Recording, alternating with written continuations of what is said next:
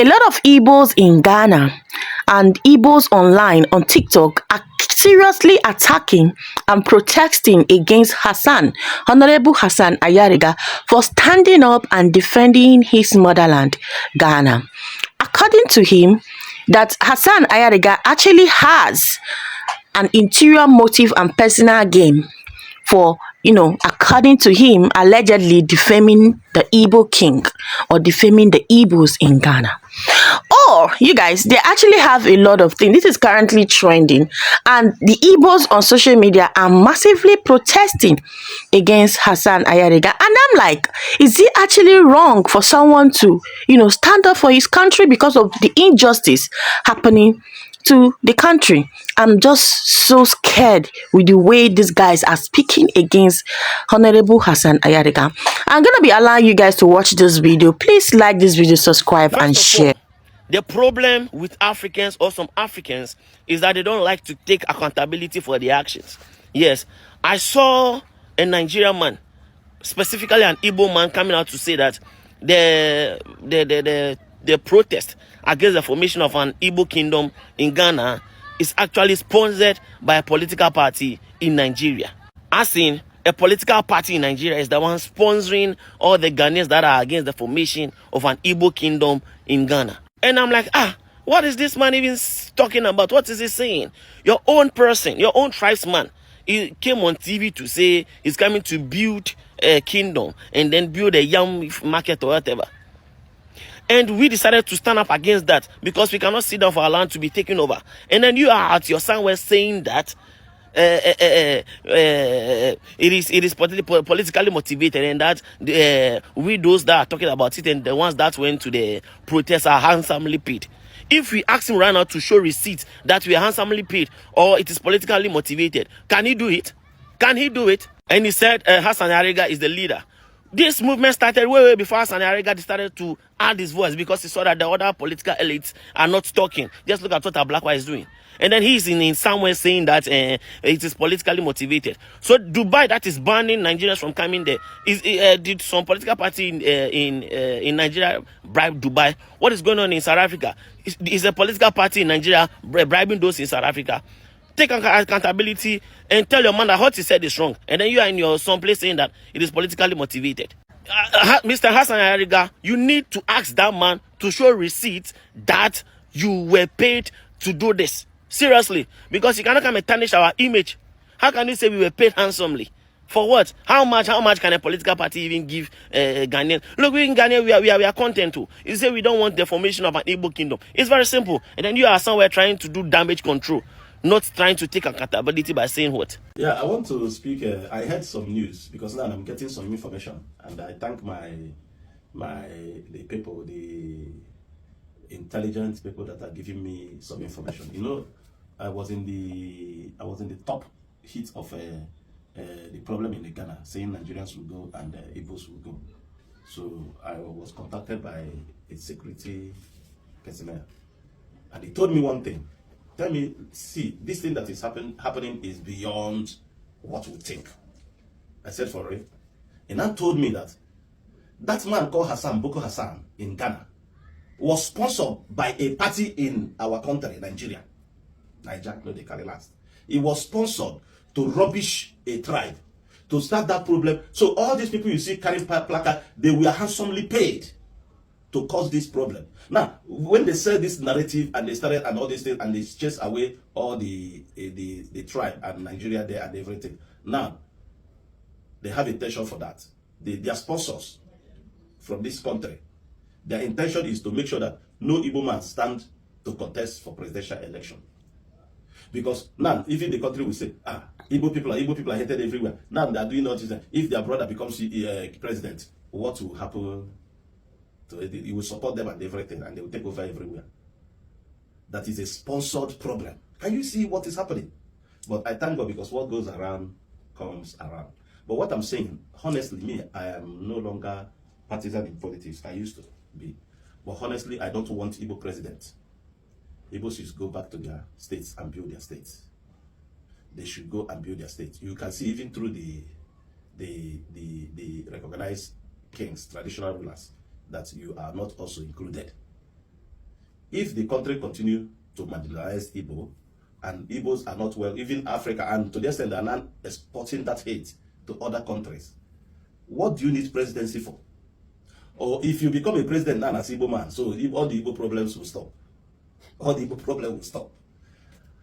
I don't want to say something. I don't want to say much because I have so much to say. But me, I don't want Igbo president.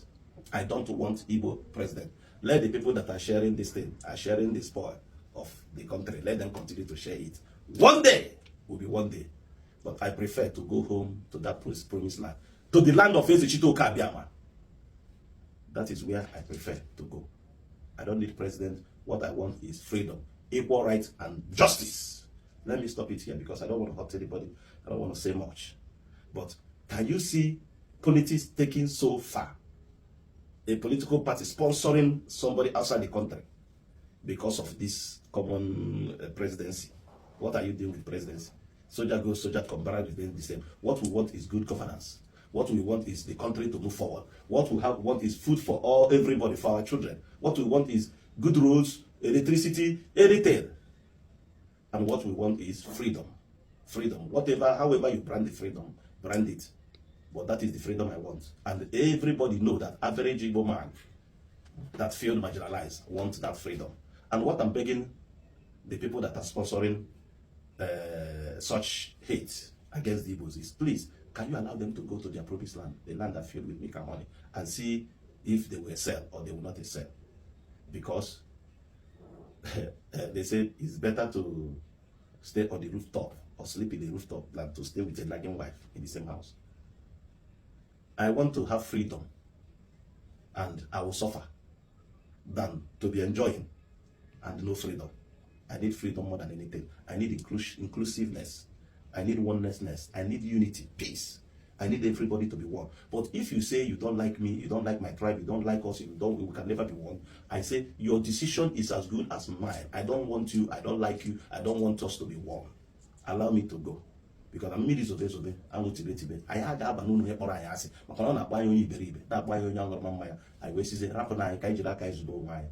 I want peace in the country. I want unity. I want inclusiveness, equal rights and justice. But if people are afraid of our tribe, do the needful. You know what to do. But what I will tell you is that whether you do it today or you do it tomorrow, one day they say struggle continues until victory is achieved. Alota continua until victory, etc. How could somebody in the public say that no foreigner will have property in Ghana? Does he know the implication of that statement? And he has property in Germany. A journalist asked him, you have a property in Germany? He said, that's just by the way. Those who live in a glass house don't throw stone. How could you make that statement that no foreigner will have a property in Ghana? Do you realize the impact of the implication of that statement? Take Igbos aside. Remove Igbos. There are other foreigners. There are other African immigrants in your country. There are some people outside Africa that is in Ghana doing business. When you made that statement, do you understand what you are saying? Do you know the implication? I prefer a Boko Haram leader over Hassan Ayariga, and that is not a compliment, because frankly, there's no difference between them.